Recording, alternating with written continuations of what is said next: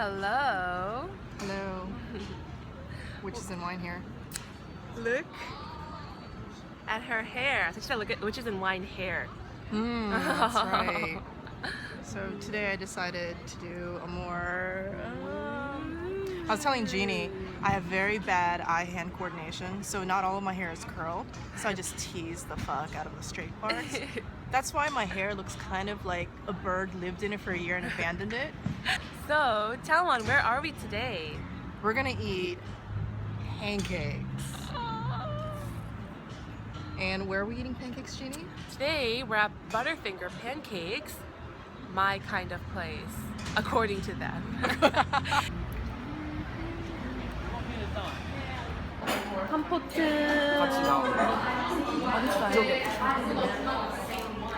Jeannie, we just ordered a shit. He's like, oh, okay. And another one? And another one? Yeah, everywhere. As long as she doesn't invite me, especially while I'm sleeping, I don't like it. How was it? Jeannie, our food is arriving right now. So this is Big Fat Jay's omelet. Has an omelet with some meat and vegetables. And we have, what sort of pancake? This is just a buttermilk pancake. But over here is the cream cheese mozzarella pancake. And this is special butter, is it not? Yes, what kind of butter is it, Chaweon? Free, I don't Probably honey vanilla. Okay, honey vanilla. Here is our French toast. I love how Jeannie was just like, you sure you don't want French toast? You sure you don't want French toast? I was just like, I think the girl wants French toast. With strawberry compote. I call it compote, but that's because of Truman Capote. Capote. I think I don't know, I call it compote. Tell us which one's right, or neither is right. Special butter again. We got two biscuits because we're greedy. This is strawberry compote. I call it compote, and this is black.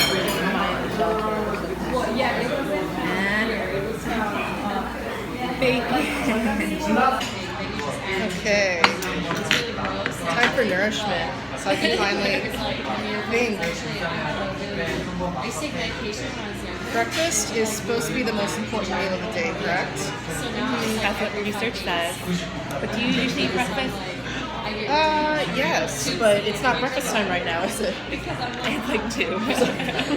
Breakfast for us. I'm gonna start with, look at this biscuit. This biscuit is the size of, well, half my face. The size of my palm. She has small palms. Little hands. What are you gonna start with? I want to start with the pancake. Ooh. Do you see the steam? here, not here. That was So lots of butter.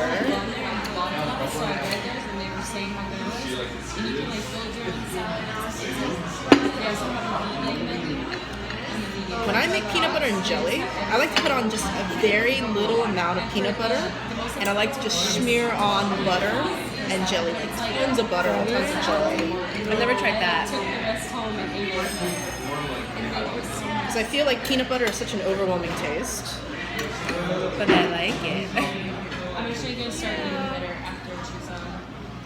Give myself some reminder.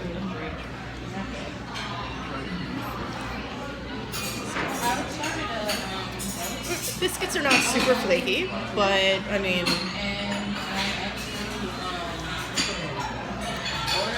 it's all about my butter.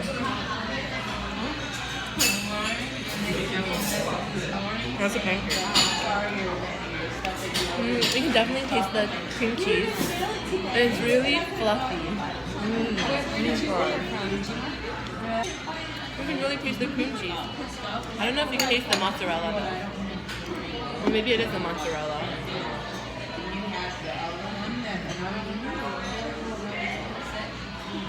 Jeannie, do you like to use a lot of butter and a lot of syrup on your pancakes? Okay, let's just do that. I like Just put it all over. We're just gonna put all the butter. So it's like a backpack. It's like What are we eating? Pancakes or butter? I think we're eating butter. I love this butter. It's so floofy. I don't know about you, but I really like to just soak it in syrup so that it becomes super like, you know, like when you cut into it and then it becomes all squishy with syrup. Oh my god. Alright.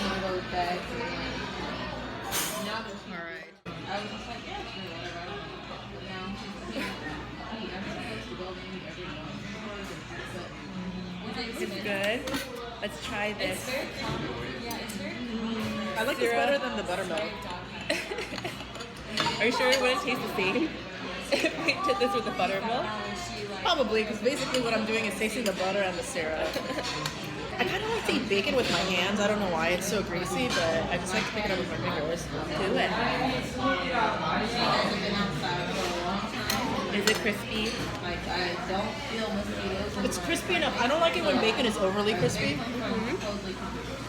I've noticed something. I'm very picky about food. I'm just like, I don't like it when it's like this. I don't like it when it's like that. It has to be like this. I think our last video was just me complaining about the food half the time. The food and the music. Right. This is not real. No, just in general. It's more dirty than our last city in general. Yeah, almost really good. Yeah?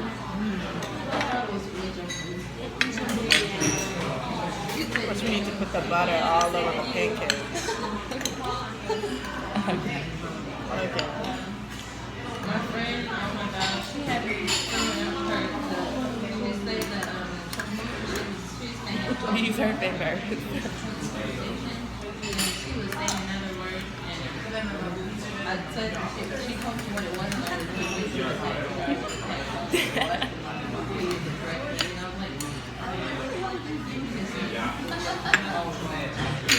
and I was I leave it to them. ready? I'll pay for it. I said I'll pay for you my treat too. Okay. Alright. Oh, that's not good. Let's see if there's a difference between the buttermilk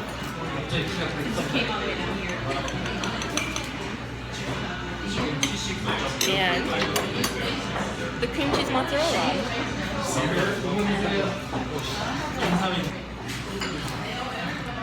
I like the cream cheese better. Really? I like this one better. It's less sour. You know what? I think I like sour foods. French toast. Yeah. Yes, you can. So well. There's like whipped cream. And it must be fresh because it's melting. No preservatives to keep that warm. Go for it. Okay, let's see. French toast. I'm eating more of this biscuit. I haven't tried it yet. Is that good? I like it. Okay.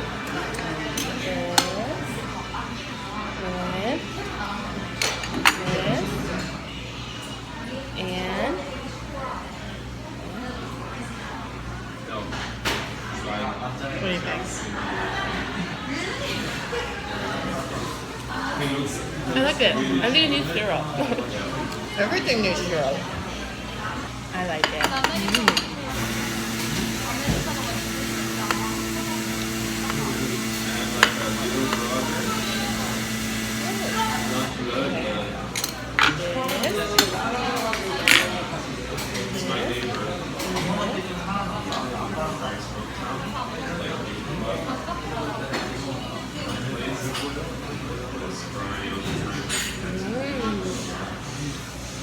So we're in a restaurant right now where there's a lot of foreigners. A little more awkward than usual Yeah, because people understand. yeah. But I guess in a way we'd be considered foreigners in Korea, even though we're ethnic Koreans. We grew up all our lives in America, and we're both American citizens. And culturally, we're quite American. Although, I mean, do you consider yourself culturally American, or do you consider yourself like half Korean, half American? I think it's weird. I feel like when I'm in the States, I feel culturally Korean, but since I'm here in Korea, I feel culturally American. I feel more American in Korea and more Korean in America. If that makes any sense. I think there's this where they say people of our generation, so our parents, they came over to America in the 70s and 80s, and we were either born in America or we came as very young children. But we're not first generation because we don't really remember Korea from our childhood. But our families obviously are very Korean. So instead of being like first generation or second generation, we're called like the 1.5 generation. Oh, I was considering myself second. Maybe we are 1.5. Were you born in Korea? I was born in Seoul. I feel like a lot of Korean families, they either went into business such as dry cleaners or grocery stores or bodegas, or if they decided to get like a 9 to 5. I feel like a lot of families, like the father may do like a liquor store or a dry cleaner, but then the mom would have like a regular government job or something like that. Like my mom, she worked at the post office. And the reason why she chose that is because the hours were okay. Like she would go in early in the morning, like 3 in the morning, and so she'd be back by the time we got back in school. And also they had amazing healthcare, so there was no need to get like health insurance, which is a huge expense in America. My parents moved into like a really white neighborhood and took over what most immigrant families do, either like dry cleaners or grocery store, right? We did a grocery store in like a really white neighborhood in upstate New York. So it was really, really white. Oh, they got louder. Alright. So, make your milkshake. Make your milkshake. And it's not just unique to, I think, Korean immigrants, but a lot of immigrants that come to America. Like my mom, my family in Korea, they were very well educated. And so when they came to America, they had to take blue-collar jobs because they couldn't speak the language, of course. Right. Or they had to go into business for themselves. Which I guess in Korea, in Asia, working for yourself, having your own business is not glorified like the way it is in America, right? Right. It's considered more prestigious to work for someone else. Like working for a big company, that's like the thing.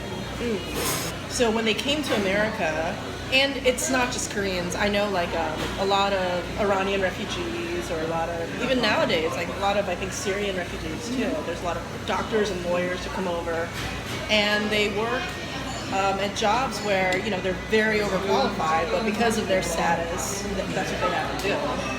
Right. And like language barrier, cultural barriers. And so because of that, they pour all their sort of unrequited professional ambitions onto their children, hence tiger mom, tiger dad. Jeannie, did you have a tiger mom or tiger dad? yes, we did. Like you were talking about before, like if in Korea, like they would be like well off and like kind of comfortable. They immigrated to America and worked really hard. So as you said, they really do like put all their like dreams and like whatever they wanted to accomplish in their lives onto their children, which is not bad. I don't think it's bad. Yeah, it's only natural. So yeah, my mom, she was scary. She's not scary anymore, but she was a scary mom. My mom too. My mom, she's scared just like regular people. Like she was the type of woman you don't want to mess with her on the street. Like you? No. Maybe I picked up some of that from my mom because you know how like when we go to clubs and stuff, like I get really just like, don't touch me. Yeah, she gets scared. Yeah. Oh. Maybe that's what it is too. Like we would go places and just to regular stores where you're not really, there's no bargaining at regular stores, right? It's like $1.99 and you pay $1.99. My mom would just be like, Macy's. did your mom do this? Where my mom was just like, I'm not paying $1.99 for this, and she would argue. I think my mom would have if she were comfortable with speaking English. My mom, very intelligent woman, much smarter than me. Like I just read an article saying that intelligence of children is actually inherited from the mother. Because the intelligence gene is in the X chromosome. I never knew. Yeah, right? So it's like the intelligence of the child is like 15 points within the intelligence of the mom. So guys, if you want smart kids, you gotta marry a smart girl. You know, give her an IQ test. I want smart children. Just be like, hi, you know, we just met on Tinder, but here you go, IQ test. What does this picture show? If you turn this figure around 5 times, you know those IQ tests where it has like the cubes and you have to. I remember being like, what is the point of this IQ test? And IQ tests are so rigged towards men because those questions they're asking you for visual spatial Right. answers. And women are just naturally, I think our brains are wired a little bit differently. That's not our strength. So a lot of girls who think that they're not as smart as guys, no, it's not that you're not as smart as guys, it's just that the tests that they give you were rigged against you. Don't worry about it. So what did your tiger mom used to do? My tiger mom, well, like she did all the things that she wasn't able to do in Korea. So for me, my weekly schedule was like packed. You too? Yeah, like on Monday I'd have like karate, and then on like Tuesday I'd have like art, and then Wednesday I'd have like swimming lessons, like Thursday piano. I don't know. And then like on Saturdays we always had to go to Korean school. So if people's birthdays were on Saturday, we couldn't go. Yeah. What about you? You too?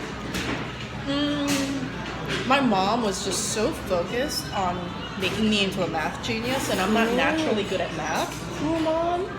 Kumon. You did Kumon? Did you do Kumon? I think every Korean American kid took piano lessons or violin lessons, did Kumon, and did some sort of sport. Like, I had to do figure skating Wow. and ballet. This is before like the Olympic, like Kim Yona. But this was around the Chrissy Yamaguchi era. Oh. My sister was naturally athletic and flexible. Me, I was just sort of like going to the beat of my own drummer. So the class would be going this way and I'd be going the other way. Ballet, not my thing. Figure skating, not my thing. Turns out when I was in high school, I took tap dancing. Tap dancing, totally my shizzle. Because you don't really need technique, because tap dancing, a lot of it is just, you know, like mimicking a certain beat or rhythm or cadence. It's hard. Kind of, but it's like you just need to mimic the sound. So like, for example, like there was this one, I forgot the exact name of the move, but it's like jump, step, or step, step, stop. It's like dun, dun, dun, dun, dun, dun, dun, dun, dun. It's like whatever you need to do to hoof it, you know, to get that cadence. It's like, so you add a little extra like swoop and so who cares, you know, as long as you get that sound. Do you have any videos of you tap dancing? No, but my friend Stephanie and I, we did a little routine to Fever, that song. You Is know, that you the give one? me fever, dun, dun, in the morning. We did like a tap dance routine to that song with like a top hat and everything. Yeah, I wasn't too good at sports either. I think I did basketball because I was really tall when I was young. But I was You're not tall. I am tall, still tall, but I was taller back then compared to everyone else. How tall are you, Jeannie? I am 5'7". She's like a giant in Yeah, Korea. here. And when I was younger, I couldn't run. I was really slow, but I was tall. So the coach always made me just be like the center and like catch the rebounds. And Did you play volleyball? I did in high school, but then again, I couldn't jump and I was slow. So that phased out pretty quickly. Yeah, in volleyball I could serve, and in basketball I got all the rebounds. Nice. But what I did like was fencing. Oh, that's right. You were a fencer. Isn't that so cool? It was fun. That's awesome. So was tap dancing a sport in your school? Alright.